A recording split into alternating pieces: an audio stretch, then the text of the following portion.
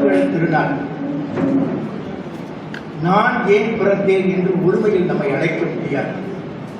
நாம் ஏன் பிறந்தோம் என்றுதான் கேட்க வேண்டும். பிறப்பு என்பது சிலருக்கு அவதாரம், சிலருக்கோ அது விண்ணிலிருந்து இறங்கிய நிலைப்பாடு. நமக்கு மண்ணில் சக மனிதர்களோடு இன்ப துன்பங்களில் கலந்தும் கரைந்தும் நிறைந்தும் பயணிக்கிற வாழ்க்கை. எங்கே பிறந்தோம், எப்படி பிறந்தோம் என்பதல்ல வாழ்க்கை. நாம் பிறந்த பிறகு யாருக்கெல்லாம் பயன்பட்டிருக்கிறோம், ஒவ்வொரு நாளையும் நாட்டிற்கு, சமூகத்திற்கு, தனி மனிதர்களுக்கு நாம் பயனுள்ளவர்களாய் செயல்பட்டிருக்கிறோமா என்பதுதான் நாள். நாள் மங்களம் என்று அழைக்கப்படுவது இது ஒரு மங்கள நாள். யாருக்கு?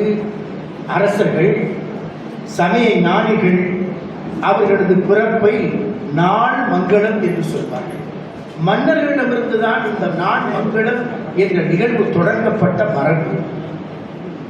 நாமும் பூர்வாசிரமத்தில் பிறந்த நாள் கொண்டாடுவதை விரும்புவதில்லை.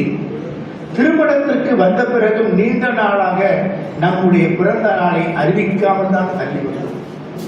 மறைந்த நம் ஆதீன புலவர் பரமகுரு அவர்கள் தான் நீண்ட போராட்டத்திற்கு பிறகு நாம் திருமணத்தின் பொறுப்பேற்று 10-15 ஆண்டுகளுக்கு பிறகு சுருக்கமாக மரபு கருதி நாங்கள் எங்களுக்காக நான் மங்களத்தை ஒரு சிறிய வழிபாட்டோடு முடித்துக் கொள்வோம் என்று தொடங்கியதுதான். பின்னாளில் அது ஒரு விழாவாக வளர்கிற நிலை. எப்படியும் அந்த விழாவை விரிவாக நடத்தாமல் கவனமாய் பார்த்துக் கொள்வதில் நமக்கு விருப்பம். ஏனென்றால் நமது தனி விழாவாக அது அமைந்துவிடக் கூடாது என்ற உள்ளுணர்வு தான். மகாசன்னிதானம் துறவை பற்றி ஐயா மிகச்சிறப்பாக சொன்னார். நம்முடைய இறைநீதி அண்ணல் அவர்கள் சண்முகநாதனால் ஆசீர்வதிக்கப்பட்டவர், குன்றக்குடி ஆதீனத்தால் ஆசீர்வதிக்கப்பட்டவர், காலத்திநாத பெருமானாலும் நம் மகாசன்னிதானத்தாலும் ஆசீர்வதிக்கப்பட்டவர். நீதி அரசர்களில் சொற்பொருளும் நல்ல கருத்தாளமும் தொலைநோக்கு பார்வையும் தமிழ் உணர்வும் பிறரை பாராட்டுகிற தாராள குணமும் உடையவர் தான் நம்முடைய ஐயா நீதியரசர். இறைநீதி அண்ணல் சண்முகநாதன் அவருக்கு விளக்கப்பட்ட சின்ன வயசுல இருந்து சண்முகநாதன் படிக்கட்டை ஏறி ஏறி வாழ்க்கை படிக்கட்டில் உயர்ந்தவர்கள். அந்த வகையில் அவர்கள் திருமணத்தின் ஒரு அங்கம் தனி அல்ல. நீதிமன்ற பொறுப்பில் இருக்கிற போது தள்ளி இருந்தார்கள். இப்போது அவர்கள் பொறுப்பெல்லாம் குறைந்த பிறகு திருமணத்தின் பணிகளில் கரைந்தும் நிறைந்தும் இருக்கிறார்கள். அந்த வகையில் நம் அழகப்பா பல்கலைக்கழகத்தின் மேனாள் துணைவேந்தர் கல்வியியல் கல்லூரியை பற்றி குறிப்பிட்டார்கள். அந்த கல்வியியல் கல்லூரியில் உருவாவதற்கு அடித்தளமிட்டவர்களில் நம்முடைய சுப்பையா. அப்போ அவங்க துணைவேந்தர் இல்லை, அழகப்பா கல்வியியல் கல்லூரியில் பேராசிரியர். இதை உருவாக்குவதற்கு எப்படியெல்லாம் திட்டமிட வேண்டும் என்று திட்டமிட்டவர்கள் அவர்களும் இந்த அரங்கத்தில் இருக்கிற பேராசிரியர் ராஜ்குமார் அவர்கள். இந்த நிலையிலே துறவரத்தை பற்றி ஐயா சிறப்பா சொன்னார். மகா சன்னிதானத்தை சின்னஞ்சிறு வயதிலேயே நாம் பார்த்த நினைவு, அருளாசி பெற்ற நிகழ்வு. அதற்கு பிறகு மகா சன்னிதானம் மதுரை வரும்போதெல்லாம் சின்னப்பா அவர்கள் மேடையில் முழங்கும் போதும், திருக்குறள் செம்பல் மணிமணியனார் விழாக்கள் நடத்துகிற போதும், அல்லது நிர்வாக ரீதியாக நம்முடைய ஆதீனத்திற்கு அவர்கள் எழுந்தருளும் போதும் நாம் ஆசி பெற்றுக் கொண்டு மகா சன்னிதானத்தின் உரைகளை நாம் நீண்ட நேரம் தொலைவில் இருந்துதான் கேட்டிருக்கிறோம். ஒரு ஏகலத்தை கூட மகா சன்னிதானத்துக்கு ஐயா சொன்ன மாதிரி எளிதில் யாரும் அணுகிட முடியாது. இப்பெல்லாம் நம்மளை யாரும் ஈஸியாக பார்க்க முடியும். அது பெருமையாக சொல்லவில்லை. மகா சன்னிதானத்தின் பணிச்சுமை மதுரைக்கு வரும் பொழுதே இரவும் பகலும் அவர்களுக்கு பணி செய்யும். மகா சன்னிதானத்தின் பணிகள் கடுமையானவை. அவர்கள் ஓடுகிற வேகத்திற்கு அப்போதே அவர்கள் 60 தாண்டியவர்கள். அவர்கள் வேகத்திற்கு ஓடுகிற நம்ம 25 வயதிலேயே அந்த வேகத்துக்கு ஓடுகிற போது கஷ்டமாக. ஆனால் அவர்கள் புரிந்து கொண்டதில்லை. அவர்கள் பார்க்க முடியாது. ஒரு கதவுக்கு பின்னாடி மகா சன்னிதானம் உள்ளே அறையில் இருப்பார்கள். கதவுக்கு வெளியே நாம் இருப்போம், அலுவலர்கள் இருப்பார்கள். மகா சன்னிதானத்தின் உத்தரவை விட அலுவலர்களின் உத்தரவை நிறைவேற்றுவதுதான் மிக கடினமாக. மதுரையின் நெருக்கடியான வீதிகளில் இருசக்கர வாகனத்தில் பயணித்து தேவைகளை நிறைவேற்றுவோம். கடைசியா நீண்ட நாட்கள் 1985 திருமணத்தின் மேல்மாடியில் பட்டம் பெற்ற கையோடு, பட்டம்னா பெருசா நினைச்சிட்டு பட்டம் பெற்ற கையோடு மகா சன்னிதானத்தை விழுந்து வணங்குற மேல்மாடியில் கூரையில் இருக்காங்க. நிமிர்ந்து பார்த்தார்கள், நம்மை பற்றி கேட்டார்கள், இன்னாருடைய மகன் என்று சொல்லுகிறார்கள். படித்து பட்டம் பெற்ற கையோட வந்திருக்கிறோம் அப்படின்னு விழுந்து வணங்கி அருட்பிரசாதம் வாங்கணும். பார்த்த பார்வை, முதல் பார்வை மகா சன்னிதானம் சிறிய வயதில் பலமுறை பார்த்தாலும் பட்டம் பெற்ற பிறகு நம்மை நேரடியாக பார்த்த பார்வை 1985க்குள் இருக்கும். அந்த பார்வை நம்மால் புரிந்து கொள்ள முடியவில்லை.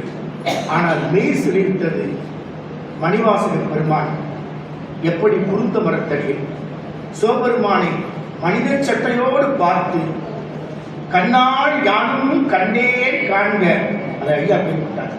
சிவன் என யானும் தேரினே காண்க என்று உணர்ந்ததை கூட எல்லாவற்றையும் ஒப்படைத்த நிலை, தன்னை மறந்த நிலை. முன்னம் அவனுடைய நாமம் கேட்டாள், மூர்த்தி அவன் இருக்கும் வண்ணம் கேட்டாள், பின்னை அவனுடைய ஆரூர் கேட்டாள், பெருமான் அவனுக்கே பிச்சையானான், அன்னையையும் அத்தனையும் அன்றே மறந்தாள், அகன்றார் அகலிடத்தார் ஆசாரத்தை தன்னை மறந்தால் தன் நாமம் கேட்டால் தலைப்பட்டால் நன்மை தலைவந்தாள். இது மேலோட்டம் ஐயா சொன்ன மாதிரி திருக்குறள் இன்பத்துப்பாலை புறக்கணித்ததில் கூட அப்பர் பெருமான் பாடிய பாடல் இது. தன்னை தலைவியாக இறைவனை தலைவனாக எண்ணி உருகிய பாடல். அந்த பெண்ணு திருமணத்துக்கு வர பெண்ணு அப்பெல்லாம் செல்போன் இல்லாத காலத்தில் பெண்ணும் ஆணும் பழகாத காலம். அந்த காலகட்டத்தில் அந்த பெண்ணுக்கு கணவன் பேர் தெரியாது, ஊர் தெரியாது, உற்றோரும் பெற்றோரும் ஒப்படைப்பு ஊரும் பேரும் தெரியாமல் அவனுக்கு வாழ்க்கைப்பட்டவள் கடைசியில் தன்னை மறந்தாள், தன் நாமம் கெட்டாள், தலைப்பட்டாள் நங்கை தலைவன் தாளே. இதுதான் அறத்திற்பாலுக்கு உரிய இலக்கணமாய் இருக்கிற இல்லற வாழ்வு உச்சம். இந்த கணவனுடைய பேர் தெரியாது, ஊர் தெரியாது, பெற்றோர்களும் குற்றமும் காட்டிய அடையாளம் முகவரி. அதற்கு பிறகு அந்த பெண் வாழ்க்கைப்பட்ட பிறகு தன்னையே மறந்து விட்டால் எல்லாம் என் தலைவன் தலைவன் தலைவன் என்று தலைவனின் தாளில் திருவடிகளில் சரணடைந்து விட்டார். இது காதல் வாழ்க்கைக்கும் பொருந்தும், துறவர வாழ்க்கைக்கும் பொருந்தும் என்பது நம் மகா சன்னிதானம் நமக்கு காட்டிய தனம். எல்லாம் மறந்தவில்லை.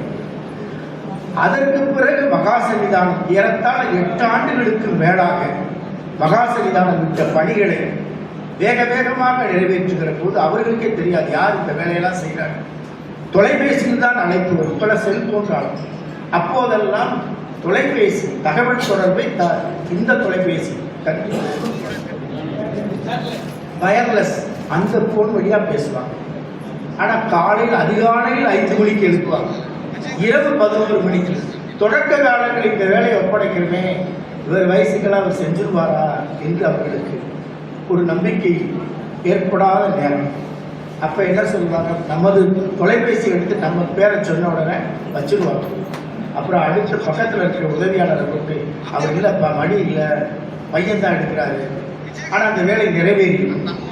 அதற்கு பிறகு மகா சன்னிதானம் உணர்ந்த பிறகு என்ன சொன்னாங்கன்னா, ஊர்வாசல் சகோதரர்கள் வந்திருக்கிறாரு, தொலைபேசியை தந்தையின் பெயரை சொல்லி மணிக்கு போன போது கணேசன் எடுப்பாரு, அந்த வேலையை செஞ்சிருவாரு என்று மகா சன்னிதானம் நம்பிக்கையோடு சொல்லுகிற தருணத்திற்கு மாயும். மகள் தந்தை காட்டும் உதவி இவன் தந்தை என்னோற்றான் கொள்ளனும் சொல்லு. மகா சன்னிதானத்திடம் பணி செய்வது என்பது ஐயா சொன்ன மாதிரி பன்முக பரிமாணத்தை நாம் கற்றுக்கொண்டால்தான் முடியும்.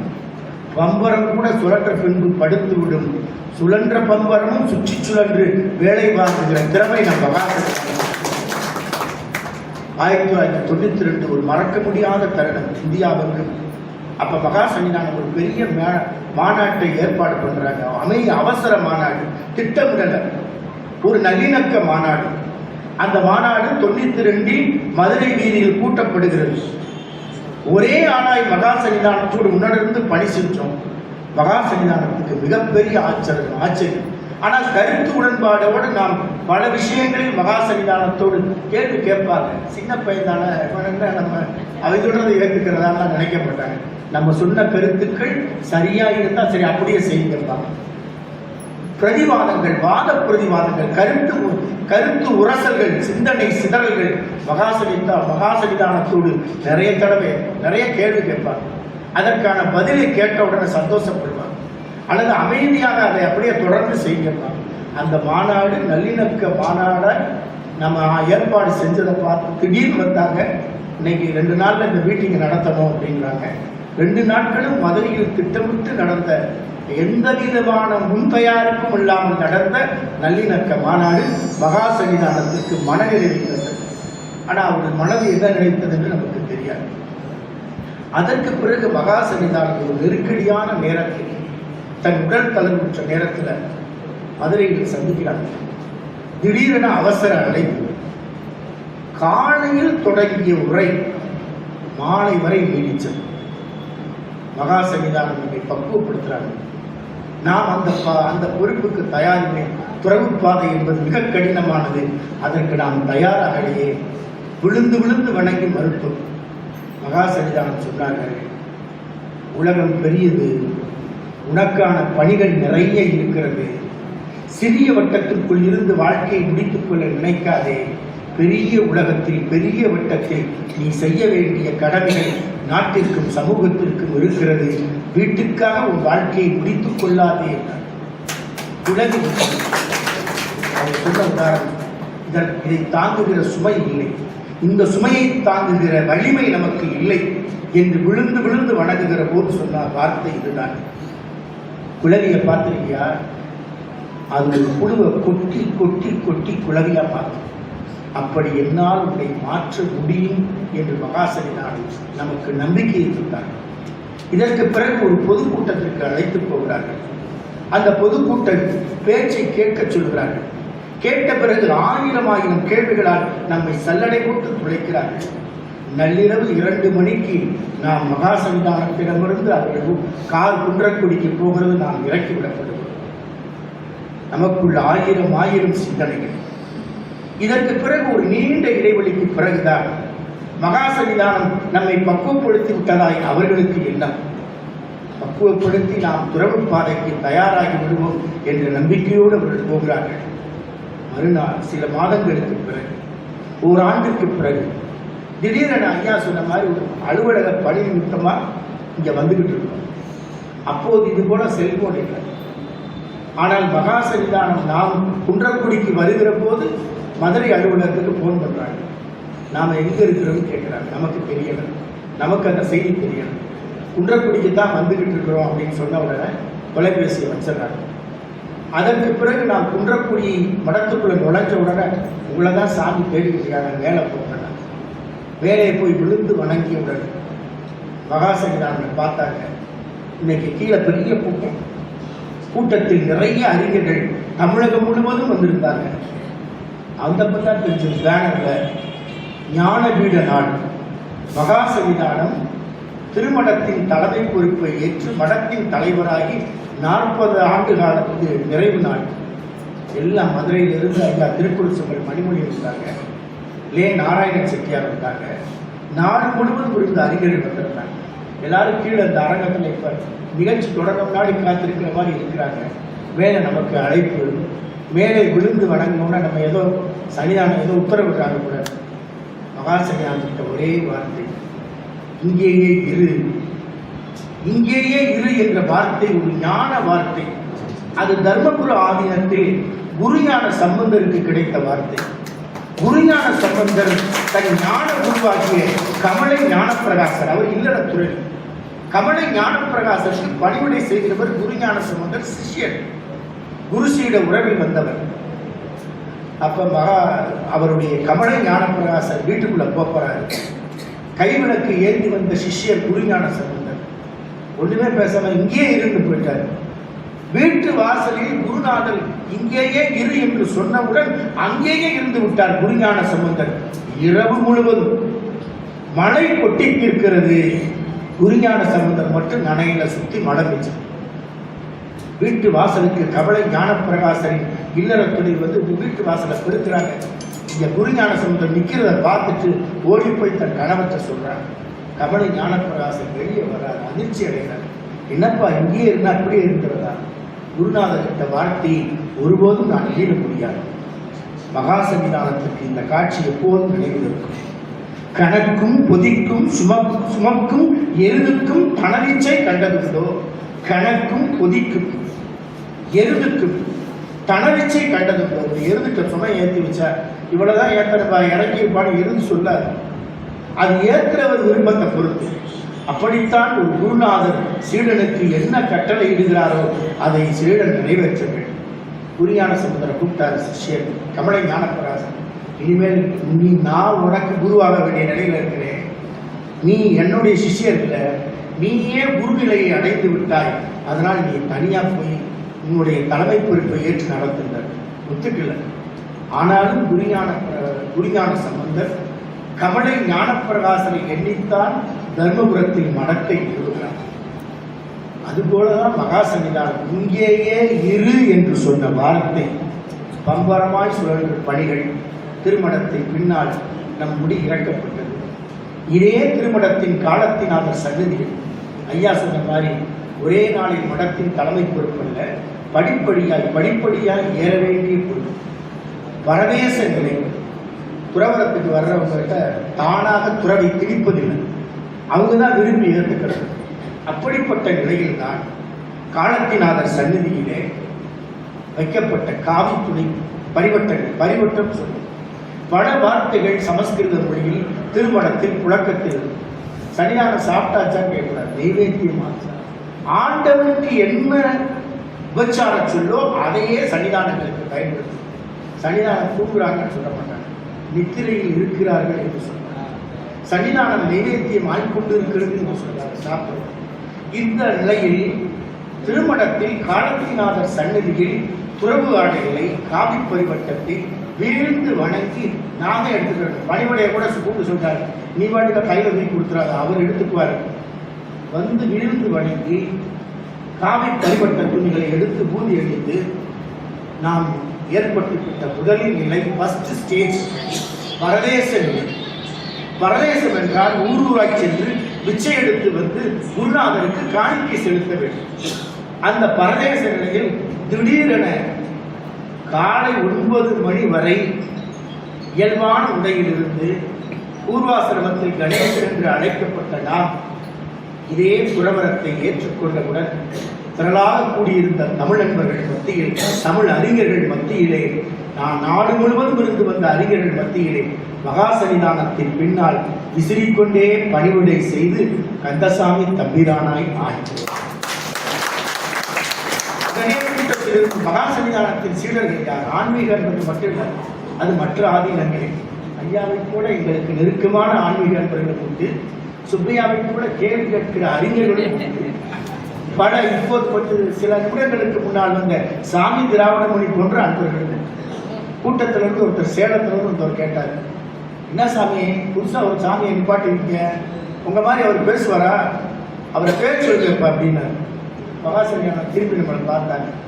மகா சன்னிதானத்திற்கு நம்பிக்கை, நாம் நல்லா பேசி எப்படி இந்த குன்றக்குடியில் தயாராகிற பொருள்களை எல்லாம் சந்தைமயப்படுத்த வேண்டும். சின்ன சின்ன தொழிற்சாலை நடக்குது, ஆனால் அந்த சந்தைப்படுத்துவதில் ஏற்பட்ட சிரமங்களை சமாளிக்க மதுரையிலே ஒரு வணிக மையத்தை தொடங்கினார். குன்றக்குடி சிறப்பு அங்காடி. அதன் தொடக்கம் நம்ம வரவேற்பு. சேதுபதி மாதிரி நம்ம பேச முடியாது, இருந்தாலும் நமக்கு தெரிந்த கன்னி தமிழ்ல பேசணும். மேடையிலே திருக்குறள் செம்மல் மணிமொழியினார், அன்புக்குரிய கருணைதாசன், அப்ப இருந்த ஒரு எஸ்பி, சேம்பர் ஆஃப் காமர்ஸோட தலைவர் ஒருத்தர் ஜக்கலால் சோலன்கி, அவங்க எல்லாம் இருக்காங்க. நமது பேச்சு சுருக்கமான பேச்சு தான், கன்னி பேச்சு. மகா சன்னிதானம் கேட்ட கன்னி பேச்சு. மகா சன்னிதானம் அப்படியே ஏற இறங்க பார்க்குறாங்க. பின்னால பேசுகிற அத்தனை பேரும் நமது பேரை சொல்லி இவரை எங்க நிறுவனத்துக்கு கொடுங்க, எங்க நிறுவனத்துக்கு கொடுங்க. ஜட்டலால் சோலன்கி என்ற சேம்பர் ஆஃப் காமர்ஸ்காரு வலியுறுத்தி சொன்னார், இவர் எங்க நிறுவனத்துக்கு வேணும், எங்களுக்கு மாற்றி கொடுங்க. மகா சன்னிதானம் போறப்பவே நம்மளை பார்த்தாரு, ஒரு புன்சிரிப்போட பார்த்தாங்க. அதற்கு பிறகுதான் மதுரைக்கு வந்தப்போ ஒரு நீண்ட வாரம் உறவு வாழ்க்கைக்கு நம்மளை தயார்படுத்துறாங்க. அதற்கு பிறகு இங்கே வந்தபோதுதான் இங்கேயே இரு என்று திருமணத்தில் உத்தரவு. இங்கேயே இருந்த கந்தசாமி தம்பிரான ஆகி அதற்கு பிறகு கட்டளை தம்பிரான் நிலைக்கு உயர்ந்து, அதிலும் மிக முக்கியமான நிகழ்வு, நாம் தீட்சை பெற்று தம்பிரான ஆன உடனே சன்னிதானத்தினுடைய குருவுக்குடைய அனைத்தையும் குருவுக்கு ஒப்படைக்கணும்னா அவங்களுடைய எச்சில சாப்பிடும். ஆனால் மகா சன்னிதானத்துக்கு மரபையும் கடைபிடிக்கணும். எப்படி மரபையும் கடைபிடிக்கணும், அதே நேரத்தில் எந்த சங்கடங்களும் வரக்கூடாது. நாம் தயாரா சாமி சாப்பிட்ட பிறகு அந்த இலையை எடுக்காம நாம் உட்கார்ந்து சாப்பிடக்கூடாது. நீங்க அப்படி சாப்பிட கையிலே எடுத்து உணவை கையில் எச்சில் அமிர்தம். எச்சில் அமிர்தம் யாருக்கு? காதல் வாழ்க்கை வாழ்பவருக்கு மட்டுமல்ல, துறவு வாழ்க்கையில், புனித வாழ்க்கையில், குருசீட உறவில் எச்சில் பிறப்பருக்கும் மருந்து. அதைத்தான் காலத்தினாதருக்கு கண்ணப்பன் எச்சிலால் அபிஷேகம் செய்கிறார். அதைத்தான் மகா சன்னிதானம் ஒவ்வொரு நிகழ்வு. மகா சன்னிதானம் தன் சீடனை தானாகவே பார்ப்பார். எப்பயும் குரு தான். நாம குருவா ஏற்றுக்கிட்டோம்னா அனைத்தும் குருவுக்கு என்று சமர்ப்பண வாழ்க்கை. நமக்கென்று இன்ப துன்பம் இல்லை, நமக்கு தூக்கம் கிடையாது. குரு தூங்கினாதான் நம்ம தூங்கணும், குரு சாப்பிட்டாதான் நமக்கு பசியாகும். இதுதான் ஒரு சிஷ்ய வாழ்க்கை, சீட வாழ்க்கை. ஆனால் மகா சன்னிதானம் நேருக்கு மாறணும். நாம சாப்பிட்டோமா, இளவரசர் சாப்பிட்டாரா, தூங்கினாரா, அவரை நல்லா பார்த்துக்க, வசதியா இருந்தவர். ஒரு நிறுவனத்தின் மிகப்பெரிய பொறுப்பில் இருந்து இங்கேயே இரு என்றவுடன் இருந்த நிலையை அவர்கள் உணர்ந்தார்கள். அதனால் அவர்கள் ஒவ்வொரு கணம் இந்த திருமணத்தில் நம்ம கட்டளை தம்பரனாகி இளவரசர் நியமனம் பண்றாங்க. பூஜை மடத்தில் காலத்தினாதர் சந்நிதியில இளவரசாக நியமனம் நடக்குது. தீட்சை அடித்து அப்போது மகா சன்னிதானம் நமக்கு பேர் வைக்கிறார்கள், கந்தசாமி தம்பிரான். அவங்களுக்கு துறவு காலத்துல என்ன பேரோ அதே பேர் கந்தசாமி தம்பிரான். பிறகு பொன்னம்புல தம்பிரான் மாறுகிறார். பொன்னம்புல தேசிகர் என்று இளைய சன்னிதானமாக. பொன்னம்புல தேசிகர் என்ற பேரை ஏன் நான் உங்களுக்கு வச்சுக்க தெரியுமான்னு கேட்டாங்க. திருமணத்தில் மகா சன்னிதானம் 45வது மகா சன்னிதானம். இவர்களுக்கு முந்தையவர்கள் ஆறுமுக தேசிகர் 44, அவர்களுக்கு முந்தையவர்கள் 43வது சன்னிதானம். 44வது சன்னிதானம் ஆறுமுக தேசிகர்கள் அதிகமாக உலகில் தெரியாதவர்கள். மகா சன்னிதானத்தில் பேச்சுக்கெல்லாம் போகக்கூடாதுப்பாங்க. அவங்களுக்கெல்லாம் நிறைய தடைகள், வெளியிலெல்லாம் போய் பேசக்கூடாதுப்பாங்க.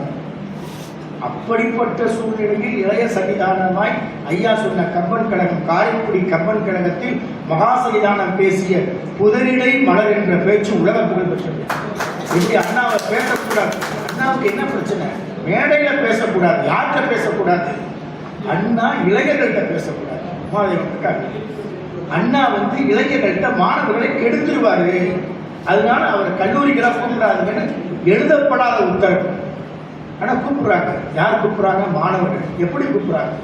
மிகப்பெரிய போராட்டம் நடக்குது. அண்ணா வரணும், இந்த காலேஜுக்கு வரணும், கல்லூரிக்கு வரணும் என்று நீண்ட நாள் போராட்டத்துக்கு பிறகுதான் அண்ணா போறாரு இந்த காலேஜுக்கு. பேச போகும்போதே கூப்பிடுறாங்க. அவங்க மனைவி நீங்க போக வேண்டாங்க. ஏன்? எனக்கு உடம்பு சரியில்லை, நீங்க இன்னைக்கெல்லாம் வெளியே போக வேண்டாம். அண்ணா மனைவிட்டு ஒரு குழந்தைக்கு சொல்ற மாதிரி சொல்றாங்க. மாணவர்கள் ரொம்ப எதிர்பார்த்து காத்திருக்கிறாங்க. நான் உங்களுக்கு மாலையில மருத்துவமனைக்கு கூட்டிட்டு போறேன், இன்னைக்கு ஒரு நாளைக்கு பொறுத்துக்கோ, ஏமாற்றம் ஆயிடும், அவங்களுடைய நீண்ட நாள் கனவு சொல்லிட்டு அண்ணா எப்படி போறாரு? கார்ல போறாரு, ஒரு ட்ரெயின்ல போறாரு, கூட்ட நெரிசல். வந்த நேரத்திலே அவர் காரு ட்ரெயின்ல இடம் கிடைக்காம தடுமாறி போச்சு. மேடையில தான் தலைப்பு தருவாங்க. மேடையில தரப்பட்ட தலைப்பு நல்ல தீர்ப்பு. நல்ல தீர்ப்புன்னு பேசுவார். அண்ணாக்கு மேடையில தான் தலைப்பு. ஆங்கிலத்திலும் பேசுவார், தமிழிலும் பேசுவார், ஆற்றலுக்காய் பேசுவார். மேடையில் தரப்பட்ட தலைப்புல அண்ணா நல்ல தீர்ப்புன்னு பேச தொடங்குறார். இன்றைக்கு நான் இந்த கல்லூரிக்கு பேசுவதற்காக புறப்பட்டேன். இந்த கல்லூரிக்கு நான் பேச புறப்பட்ட நேரத்தில் என் மனைவி உடல் நலமில்லை என்றார். என் மனைவி எனக்கு வழங்கிய நல்ல தீர்ப்பு, தன் உடல்நலம் இல்லாத காரணத்தால் பேச போக வேண்டாம் என்று என் மனைவி எனக்கு வழங்கிய நல்ல தீர்ப்பு. இதை தாண்டி நான் ரயில் நிலையம் வந்தேன். ரயில் அப்ப வரல. காத்திருந்தவங்கள சபிச்சாங்க, பாலா போன ரயில் வரலையேனாங்க. இது ரயிலின் தாமதத்திற்கு அங்கு காத்திருந்தவர்கள் ரயிலின் தாமதத்திற்கு வழங்கிய நல்ல தீர்ப்பு. ரயில் வந்து நின்றுச்சு. சிலர் ஓடி போய் கொத்திக்கிட்டாங்க, சிலருக்கு இடம் கிடைச்சது, சிலர் ரயிலை விட்டுட்டாங்க. விட்டவங்க சபிச்சாங்க, பாழாய் போன ரயில் நம்மை விட்டு விட்டு போகிறதே என்று. இது ரயிலை விட்டுவிட்டவர்கள் தங்கள் இயலாமைக்கு வழங்கிய நல்ல தீர்ப்பு. நான் அப்படியே இந்த நெரிசல்ல சிக்கி கல்லூரி வாசல்ல வந்து இறங்கினேன். இந்த கல்லூரி வாசலில் நான் கால் வைக்கவே கூடாது என்று கல்லூரி நிர்வாகம் நீண்ட காலமாக எனக்கு வழங்கிய நல்ல தீர்ப்பு. இந்த கல்லூரி படிக்கட்டை நான் மிதிக்க கூடாது என்று கல்லூரி நிர்வாகம் எனக்கு வழங்கிய நல்ல தீர்ப்பு. இதையெல்லாம் தாண்டித்தான் மாணவர்கள் போராடி பேச என்னை அழைத்தார்கள். மாணவர்கள் போராடி பேச அழைத்த காரணத்தால் இந்த மேடையில் நான் உங்கள் முன்னால் இருக்கிறேன். இது மாணவர்கள் என் பேச்சுக்கு வழங்கிய நல்ல தீர்ப்பு என்றார். இப்படித்தான் மகா சன்னிதானம் நம்மை முதல் முறை கன்னி முறையில் கேட்டார்கள். கேட்ட பிறகு இந்த ஞானபீட அரங்கத்தில் அடிகளார் அவர்கள் புதிதாய் வந்த சாமியை பேசச் சொல்லுங்கள் என்று சொன்ன போது நம்மால் இயன்ற அளவு தட்டி தட்டி பேசினோம். ஒட்டுமொத்த கூட்டமும் நம்முடைய உரையை ஏற்றுக்கொண்டது. மகா சன்னிதானம் கேட்கிறாங்க, உங்களுக்கு வச்சிருக்க பேர் பொன்னம்பல தேசிகர், 43வது சன்னிதானம் பேரை வைக்கிறேன். குடும்பத்தின் மரபு என்னன்னா தன்னோட பிள்ளைக்கு தான் அப்பா பேரை வைப்பாங்க. ஆனால் என்னுடைய குருநாதர் ஆறுமுக தேசிகர், அவர் பேரை வைக்காம பொன்னம்பல தேசிகர் என்ற பேரை வைக்கிறார்கள் என்றால் சோழ நாகராஜருக்கு நன்றாக தெரியும். மண்ணு மனிதர்கள் அவங்க தாத்தாவும் இந்த மடத்துல வேலை செஞ்சிருக்கிறாங்க. அவர் ஒரு தீக்கதிர் இதழின் ஆசிரியர். ஏன் உங்களுக்கு பொன்னம்பல தேசிகர் படத்தை வைத்திருக்கிறேன் என்றால் அவரது காலம் திருமணத்திற்கு ஒரு நெருக்கடியான காலம். அந்த நெருக்கடியான காலத்தில் அவர் பொறுப்பேற்பதே சவாலாய் இருந்தது. எல்லா தடைகளையும் தாண்டி திருமணத்தின் தலைமை பொறுப்பை ஏற்று நிர்வாகத்திறனோடு அவர் இயங்கினார். அதனால் திருமணம் காப்பாற்றப்பட்டது. அதிலும் குறிப்பாக வழக்கு மன்றத்திற்கு இழுக்க பார்த்தார்கள். ஏனென்றால் பொன்னம்பல தேசிகர் இங்கேயே பணி செய்த பணியாளர். திருமுறைகள் நன்கு பாடுவார், நாதஸ்வரம் வீணை நன்கு, வீணையில் இசை சுரங்களோடு வீணையை இயக்க தெரியும். அப்படியெல்லாம் இருக்கிற அவரை எப்படியும் வழக்கு மன்றத்திற்கு வரவழைக்க வேண்டும் என்று நினைத்தார்கள். அதற்கு மகா சன்னிதானம் வருவதற்கு வாய்ப்பில்லை என்று அவர்கள் நினைத்த போது உடனடியாக வடக்குக்கு ஒரு கார் வாங்கப்பட்டது. கார் வந்தவுடனே நீதிமன்றத்திற்கு மடாதிபதியே வந்து விடுவார் என்று வழக்கு போட்டவர் சமரசத்திற்கு வந்தார். ஆக மடத்திற்கு கார் வந்த கதையும் நீதிமன்றத்திற்கு செல்ல வேண்டும் என்றவுடன் கார் வந்தவுடனேயே அந்த வழக்கில் ஒரு சமாதானம் ஏற்பட்டது. இப்படித்தான் நம்முடைய திருமணம் நடந்து வந்த தடம். அந்த தடத்தின் பொறுப்பை நான் ஏற்றதை விட நீங்கள் சிறப்பாக செய்வீர்கள் என்ற நம்பிக்கை எனக்கு இருக்கிறது என்று ஆசைப்பட்டார். அந்த நிலையில் தான் இன்றைக்கு மண்ணில் நல்ல வண்ணம் வாழலாம் என்ற நூலை பற்றி நிறைய செய்திகளை நம்முடைய துணைவேந்தர் அவர்களும் சுப்பையா அவர்களும் நம்முடைய ஐயா நீதியரசர்களும் சிறப்பாக சொல்லி, இதை விட இந்த புத்தகத்தை யாரும் சிறப்பாக சொல்லுங்க, இதை விட சிறப்பாக இருந்த முடியாது ஐயா சொன்னாங்க. இதை விட சிறப்பாக எடுத்து சொல்லுங்களா. இந்த செய்திகள் அனைத்தும் குறுகலான நேரத்தில் தரப்பட்ட செறிவான செய்திகள்.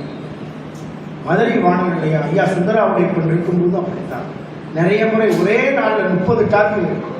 30 சென்னை வானொலியில் 30 டாக் கேட்டார். காலையில் அப்ப யாருமே கூட வரல, தனியாக தான் போனார். காலையில் 9 மணிக்கு ஸ்டூடியோக்குள்ள போனோன்னா 2:30 மணிக்கு தான் விட்டாரு. 30 திருக்குறள் அது சொன்னாரு. டெல்லியில போய் விருது வாங்குறீங்க, அதுக்கெல்லாம் வேலை செய்ய வேண்டாமா, இந்த 30 டாக்கை முடிச்சுட்டு தான் போனோம்னாரு நம்முடைய சுந்தராவுடைய. அந்த அளவிற்கு வானொலி நிலையம் மகா சன்னிதான காலத்துல வானொலி தான், இப்ப தொலைக்காட்சி கிடையாது.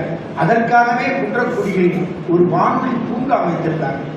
காலையில் செய்திகள், இலக்கிய பேச்சை கேட்பதற்கான வாய்ப்பு. அதுபோல அன்று வானொலி நிலையத்துல அவங்க கேட்டாங்க, ஜோதிமணி அவங்களோட ஜூனியர், அவங்க சொன்னாங்க, ரொம்ப நாளா கேட்டுட்டு இருந்தாங்க, ஒரு 10 டாக் மட்டும் கொடுங்க போதும், ஏன்னா நான் பணி நிறைவு அடைய போறேன், மகாசன்னிதானத்தின் பேச்சை நான் ஒழிப்பதில் கடைசியா பண்ண பேச்சு. மகாசன்னிதானத்தின் கடைசி காலத்தில் சுதந்திர தின பொன்விழாவை ஒட்டி 10 வெவ்வேறு தலைப்புகள்ல உரை வந்து அற்புதமான நூலா போச்சு. எங்கே போகிறோம் என்று கேட்ட தலைப்பு. மகாசன்னிதானத்தில் சுதந்திர தினத்தன்னைக்கு ஸ்டூடியோக்குள்ள போனாங்க. ஒரு பேச்சு தான் சும்மா ஆசி செய்தானு போனாங்க. இல்லைங்க, ஒரு பேச்சு இல்லை, நீங்க 10 டாபிக்ல பேசணும். அப்ப சுந்தராவுடைய கூட இருந்திருக்காங்க. 10 டாக்கு கொடுக்கணும்னாங்க. அந்த 10 டாக்கு அற்புதமான ஞான கருவூலமாய் உலகத்திற்கு கிடைக்காதான் மகாசன்னிதானத்தின் கடைசி தருணங்களில் வானொலியில் அச்சிய உரை. அதை போல ஜோதிமணி சொன்னாங்க, நான் மகாசன்னிதானத்தோட கடைசி பேச்சை டேப் பண்ணேன். நான் கடைசியா போறேன், நம்ம கடைசி பேச்சு சொல்லுங்க, நான் கடைசியா போறேன், நீங்க ஒரு 10 பேச்சு மட்டும் கொடுங்க, இல்லை நானாவது கொடுங்க. ஆனால் விளையாட்டாய் சின்ன தொலைபேசி வழியாக வானொலிக்கு கொடுத்த பேச்சு அந்த அரை மணி நேரத்தை ஒதுக்கப்படாத பாடுபடல. மேலே சென்று பதுங்கி இருந்துதான் அந்த உரையை கொடுக்கும். ஏன்னா சில இடங்கள்ல வரும், அதற்கான அவுட் ஆஃப் கவரேஜ் வந்துடும்.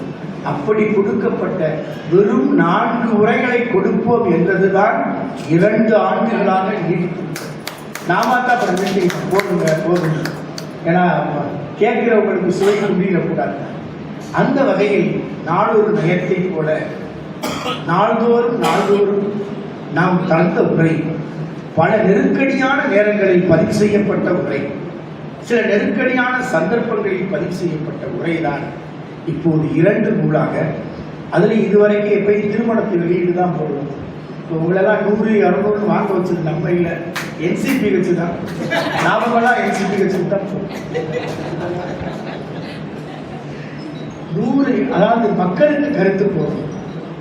இந்த கருத்தை நூலகத்திற்குள் முடக்கி வைத்து விடக் கூடாது. அது மக்களுக்கு தனிமயமாகட்டும், மக்களின் பொது உடைமையாகட்டும் என்ற நிலைப்பாடு.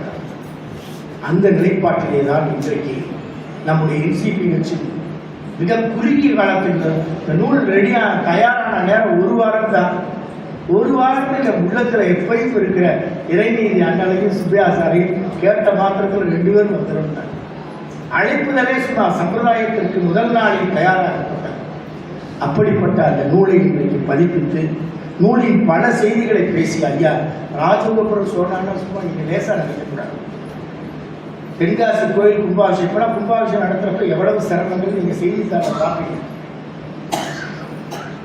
நம்முடைய அவர்கள் சொன்ன நம்ம ஆதீனத்திற்கு உட்பட்ட அந்த பத்மநாபபுரம் என்று அழைக்கப்படுகிற 6வது ஐயா கேட்ட கோபுரம் ராஜகோபுரம். இதுவரைக்கும் ராஜகோபுரத்தை அந்த கோயிலுக்கு யாருமே எழுப்பல. தென்காசி கோயில் எழுப்பின பராக்கிரம பாண்டியன் ஏதாவது இந்த கோவில நாளைக்கு கோபுரத்தை எழுப்பிட்டு சொல்றாங்க. மிக பிரம்மாண்டமான கோவில், மிக பிரம்மாண்டமான கோபுரம். ஒரு கல் விழுந்தா யார் எடுத்து வைக்கிறாங்களோ அவங்க பாதத்தை என் தலை தாங்கும் என்று கல்வெட்டில் கையெழுத்திட்டு இருக்கிறார் பராக்கிரம பாண்டியன். எல்லோருக்கும் வாய்க்காது. பொருள் இருக்கலாம், பணம் இருக்கலாம், செல்வம் இருக்கலாம். நகரத்தார் பெருமக்களிடம் இல்லாத செல்வம் இல்லை. ஆனால் அதற்கு அருளுக்கு பாத்திரப்பட்டவர் நமது இறைநீதி அண்ணல் என்பதால் தான் அவரால் காக்கப்பட்டது. அது மட்டும் இல்லை, டெல்லிக்கு போயிருந்தோம், இதே விருதுக்கு தான் போயிருந்தோம். டெல்லி தமிழ்ச்சங்கத்தில் விழா. டெல்லி தமிழ்ச்சங்க விழாவுக்கு அறை ஏற்பாடு பண்ணாங்க, ஒரு சின்ன அறை ஏற்பாடு பண்ணாங்க. அப்பா ஐயா பசுமை தீர்ப்பாயத்தின் நடுவராய் அங்கே இருக்கிறாங்க. தமிழ்நாடு ஹவுஸ்ல டெல்லி ஆஃபீஸ் பார்த்தாங்க, கூப்பிட்டாங்க அந்த அதிகாரிகளை, ஐஏஎஸ் அதிகாரிகள். என்னங்க அடிகளாருக்கு சின்ன ரூம் கொடுத்துருக்கிறாங்க. அவர் சொன்னாங்க, இல்லைங்க இதை தவிர வேற வழி பெரிய நெருக்கடியாக இருக்கு. உடனே ஐயா ஒரு நிமிஷம் கூட யோசிக்கல, அம்மா கூப்பிட்டாங்க.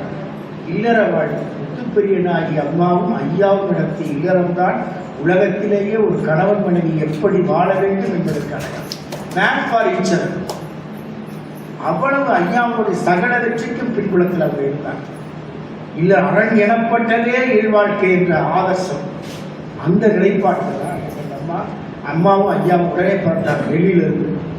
என்ன ஐயா சனி ஞாயிறு தான் நான் ஊருக்கு போன மாதிரி இருக்கும், நீங்களும் இந்த சின்ன அறையில கஷ்டப்பட வேண்டாம், என்னோட அறையில நீங்க இருக்கு. மிகப்பெரிய அவர்கள் அலுவலகத்தை பசுமை தீர்ப்பாயத்திற்காக அவர்களுக்கு ஒதுக்கப்பட்ட தமிழ்நாடு ஹவுஸின் இல்லத்தில் மிகப்பெரிய அறையை நமக்கு கொடுத்துட்டு போனாங்க. நீங்க வந்த பிறகுதான் நான் வருவேன். இதெல்லாம் அவர்களுடைய அன்பை காட்டுகிறேன். அந்த வகையில் நம்மோடு மிகுந்த அன்புடைய அவர்கள் இந்த நூலை வெளியிட்டது சிறப்பு. அழகப்பா பல்கலைக்கழகத்துக்கு இதுக்கு மேல மார்க் வாங்க முடியாது, 3.64 அதான் லாஸ்ட். அதனால தான் போன தடவை மறு ஆய்வு நடந்துச்சு. ஒரு அழகப்பா பல்கலைக்கழகத்துக்கு மறு ஆய்வு நடந்தது என்றால் அதிலும் சுப்பையா அவர்களது உழைப்புத்தான் காரணம். அந்த வகையில் அவர்கள் எல்லா வகையிலும் அந்த ஆதீனப்படிக்கு இணைந்திருக்கிற அவர்கள் இன்று அந்த நூலை பற்றி அவர்களுக்கே என்ன பேச்சாளர், தலை சிறந்த பல்கலைக்கழக துணைவேந்தர் பேச்சாளர், பேராசிரியர் பேச்சாளர் யாரும் சொன்னால் சின்னப்பா பேசக்கூடாது. அவரு ஒரு கருத்தாளமிக்க உரை, அவையை ஈர்க்கிற குரல் வளம், சொல்வளம், கருத்து வளம் அனைத்தும் ஒருங்கே பெற்ற அவர்கள் நூலை வெளியிட்டது சிறப்பு. இதுக்கெல்லாம் மேல ஐயா சொன்னாங்க, கோவை மாவட்ட கலவரம் மகாசனிதான மடத்தின் பணிகளுக்காக மட்டும் நம்மை தேர்வு செய்யவில்லை, மக்கள் நலப்பணிகளில் தொடர்ந்து பணியாற்ற வேண்டும். மகாசனிதான மறைந்த நேரத்தில் தென் மாவட்ட கலவரம், நமக்கு சிவகங்கையில் ஒரு நிகழ்ச்சியில கலந்துட்டு இருக்கோம் கலைஞரோடு. அப்பதான் ஒரு முதல்வராக நம்மளை பார்க்கிறார். உடனே அவர் வைத்த நான் கண்ணை மூடிக்கொண்டு கேட்டேன், அடிகளார் மறைந்து விட்டாரே என்ற ஆதங்கத்தோடு இங்கே வந்தேன். இப்போது நான் கண்ணை மூடிக்கொண்டு கேட்கிற போது அடிகளார் மீண்டும் வந்ததை போல இருந்தது. என்னப்பட அடிகளாரின் குரல் இருக்கிறார், கருத்து இருக்கிறார். நீங்க உடனடியாக தென் மாவட்டம் போன அமைதி பணியாற்றணும். அது ஒரு நீண்ட கதை. அதற்கு பிறகுதான் சமத்துவபுரம் திட்டம். அப்போதுதான் நீதியரசர் அக்கரவேல் பாண்டியன் தலைமையிலே பிற்படுத்தப்பட்டு மிகவும் பின்தங்கிய பகுதியை, தென் மாவட்ட பகுதியை மேம்படுத்துகிற தொழில் மேம்பாட்டுக்கான ஆணையத்தை அமைச்சாங்க. அதே போல கோவை மாவட்ட கலவரம் என்ன செய்யறது தெரியாம ஒரு கட்டத்தில் கோட்டைமேடு பகுதி சுற்றிலும் இஸ்லாமியர்கள் இருக்கிறாங்க. தனியா காவி கொடுத்திய துறவி நம்ம அவங்களே ஒருத்தர் எப்ப நீங்க பாட்டுக்கு அப்படி வந்துட்டீங்க. அந்த நேரத்தில் பழதரும் ஆர்வம் அம்மா பத்மாவதி அவர்களின் அருமை துணைவர் பழதரும் ஆர்வம் அவர் குன்றக்குடி மடத்துக்காக தன் வாழ்க்கையை குறைச்சது. தெய்வீக பேரவையில் இரண்டர கலந்து பணி செய்யும் அவரு கூட வந்திருக்காரு. அவங்க கேட்கிறாங்க, எதுக்கு இப்படி வந்தீங்க, யாராச்சும் மிகப்பெரிய தாக்குதல் நடந்துச்சுன்னா எங்க மேல பழி வந்துடும். பிறகு அவர்களை அமைதிப்படுத்தி நீங்க தான்ப்பா எனக்கு பாதுகாப்பு என்று சொன்னவுடன் அந்த இடத்தில் இயல்பு நிலை போட்டு ஒரு நாள் அல்ல 2 நாள் அல்ல, ஒரு வாரம், அதற்கு பிறகு ஒரு அமைதி கூட்டம் நடத்தி அதற்கு பிறகு அமைதி பணி நிகழ்ந்தது. இப்படியெல்லாம் சிறப்பாக அமைதி நல்லிணக்க பணி ஆற்றுடன் குருமகா சன்னிதானத்தின் ஆசிரியர் எப்படி மீனை தூக்கி அவர்கள் கொடுத்தார்களோ அதை போன்று ஒரு அமைதி நல்லிணக்கப்படி கும்பகோணம் தீபத்தில் என்ன நடந்துச்சு, ஒரு கூரை தீப்பிடிச்சது. தமிழ்நாட்டில் எல்லா பள்ளிக்கூடத்து கூரையும் தீப்பிடிக்காமலே அமைத்தாங்க. குன்றக்குடியில் மிகப்பெரிய கூரை குட்டகை ஷெனாய் அரங்கம் என்று மகாசனிதானம் அதுக்கு ஒரு விஞ்ஞானியோட பேரை வச்சாங்க. எதற்காக வச்சாங்க? ஷெனாய் அரங்கத்தில் ஷெனாய் அரங்கம் என்று ஒரு விஞ்ஞானி பேர் வைக்கப்பட்ட அந்த அரங்கத்தை கூரையை கலட்டிட்டு போயிட்டாங்க. அதற்கு பிறகு நாம் அந்த கும்பகோணம் தீபத்துக்கு பிறகு ஒரு சர்வமத நல்லிணக்க கூட்டத்தை குடந்தையில் நடத்தி நம்ம வைத்த முதல் தீர்மானம் தான் சட்டமன்ற உறுப்பினர்கள் நிதியும் நாடாளுமன்ற உறுப்பினர்கள் நிதியும் கூரையில்லா பள்ளிகளை உருவாக்குவதற்கு பயன்படுத்த வேண்டும் என்ற தீர்மானம். அது உடனடியாக நடைபெற்றது. பல கூரையில்லா பள்ளிகள் காங்கிரீட் கட்டடங்களாக மாறி இப்படித்தான் ஒவ்வொரு சமூக பணியும் நம்முடைய நிலைப்பாடு. அதை போல கார்கில் யுத்தம் நடந்துச்சு. குன்றக்குடியில் ஒவ்வொரு வீடா உண்டியல் கொண்டு அது எங்களுக்கு மட்டுமே உள்ளதுன்னு என்சிபியில் சொல்றாரு. நாங்களும் ஏற்றுவோம் என்று குன்றக்குடி ஏற்றி வீடு வீடாய் வீதி வீதியாய் போனேன். என்னடா ரவி சொன்னாரு, சாமி பெரிய கஞ்சேன், கையில இருக்க காசு செலவு நம்ம ரவி தான் கஞ்சேன் காசு செலவழிக்க கூடாது அப்படின்னு உண்டியல் எடுத்துட்டு போறாருங்க. 15 நாட்களில் வீடு வீடாய் சென்று நலம் விசாரித்து இது நாட்டுக்கான நிதி, நீங்களும் இந்த தேசத்துக்கு போருக்கு பயப்படணும் உங்க நிதி என்று சொல்லி அந்த உண்டியலை ஓப்பன் பண்ணோம். அவர் நடத்த மாதிரி 10,000 ரூபாய் இருந்துச்சு. நமது பணத்தை 1 லட்சத்தை அதோடு சேர்த்து 1,10,000 வழங்கினோம். அப்போ டிஆர்ஓ பழனிசாமி ஆச்சரியப்பட்டார். நான் இவ்வளவு பணம் கொடுப்பாங்க நினைக்கிறேன். அன்றைக்கு எங்களுக்கு அது தெரியப்படுத்தார். இப்படித்தான் ஒவ்வொரு நிலைப்பாட்டிலும் தேசம், சமூகம், நாடு என்பதை குன்றக்குடி திருமணம் ஏறத்தாழ 75 ஆண்டுகளுக்கு மேலாக தன்னுடைய பணியில் திருமணத்தின் பணி மட்டுமல்ல மக்கள் நலப்பணியும் மனித நேயப்பணியும் தான். இதுதான் மகாசனிதானத்திற்கு அருளாலயம் நூற்றாண்டு. எந்த மடத்தின் தலைவருக்கும் மறைந்து 32 ஆண்டு ஆயிடுச்சு. நாம் துறவு வாழ்க்கைக்கு 32 ஆண்டு, இன்று 62 ஆண்டு நமது வாழ்க்கை. 32 ஆண்டுகால வாழ்க்கை மகா சன்னிதானம் மறைந்து இதே கொழும்பிடத்தில் அவர்கள் திருமேனி சாய்த்து வைக்கப்பட்டிருக்கிறது. பார்த்தா எல்லா ஜாதியினரும் எல்லா மதத்தவரும் மதுரை ஆட்சி பிஷப் ஒரு புறத்தில் பிரார்த்தனை செய்கிறார்கள், இஸ்லாமிய நண்பர்கள் பிரார்த்தனை செய்கிறார்கள். இப்படி சகலரும் தங்களின் சன்னிதானம் சமத்துவ சன்னிதானம் என்று கொண்டாடிய சன்னிதானம் மறைந்தார். என்ன செய்வது நமக்கு தெரியும். குருவியின் தலையில் இமயத்தின் சுமை இறக்கி வைக்கப்பட்டிருக்கிறது. குருவியின் தலையில் இமயத்தின் சிறவை இறக்கி வைக்கப்பட்டிருந்தது. இருந்தபோதும் நம்பிக்கை சிறகை நீங்கள் நல்குவீர்கள் என்று உயரப்பறந்து உலகை வளம் பெறுவோம் என்றுதான் நம் வாழ்க்கை. மகா சன்னிதானத்தை எல்லாரும் நினைவு போறாங்க. அமெரிக்காவிலிருந்து சாதாரண குக்கிராமம் வரை மகா சன்னிதானத்திற்கு இப்போது அருளாலயம் புதுப்பிக்கப்படுகிறது. குடமுழுக்கு விழா காண இருக்கிறதுக்கெல்லாம் நீங்க வரணும்.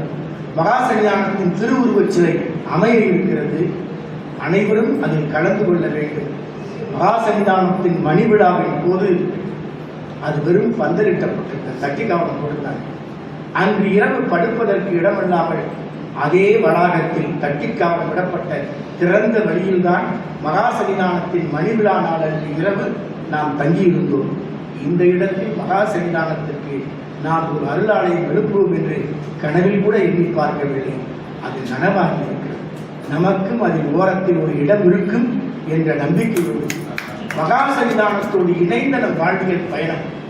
ஆன்மீகம் என்பது மனிதம்தான், மனிதத்தை உயர்த்தி பிடிப்பதுதான் என்ற தடத்தில் வாழ்க்கை பயணம் தொடர மகா சன்னிதானத்தின் ஆசிகளை எண்ணி, நம் ஆதீன குரு முதல்வரின் ஆசிகளை எண்ணி, காலத்திநாத பெருமான் சண்முகநாத பெருமானின் அருளை எண்ணி நம் வாழ்க்கை பயணம் தொடர உங்கள் அனைவரின் நல்லெண்ணத்தோடு நம்பிக்கையோடு தொடரும் என்று சொல்லி இந்த விழாவிற்கு பல முறைகளில் இருந்து வந்திருக்கிற நம்முடைய பாராட்டுதலுக்கும் அன்புக்கும் உரிய சிங்கமுனையின் முன்னாள் சட்டமன்ற உறுப்பினர் அருணகிரி அவர்களுக்கு இதை எழுத்து வடிவமாக்குவதற்கு ஐயா பரமகுரு மிகப்பெரிய பெரும்புலவர் இருக்கையை அலங்கரித்தவர் தன் ஆவி முழுவதும் அதற்காகவே பயன்படுத்தியவர். அவர் மறைந்தார். நமது வழக்கரமாய் இருந்த தம்பி ராஜசேகரன் மறைந்தார். இதுதான் அவன் பணி என்று என்ன. அவன் கணிப்பொறியை இயக்குவான், காரை ஓட்டுவான். இதை செய்கின்றான், செய்து வா என்றால் கட்டி வா என்றால் தட்டி வருவான் என்று சொல்வார்களே, கட்டி வா என்றால் தட்டி வருவான் என்பதை போல அவன் பணிகள். திடீரென ஒரு நாள் விடைபெற்று விட்டான். உப்புடைய மண் உடம்புக்கு பெருவிழாவுக்கு உடல் வரை இருந்தவன் உப்புடைய மணி நேரையே சென்று வானத்தை தரிசிக்க போய்விட்டான்.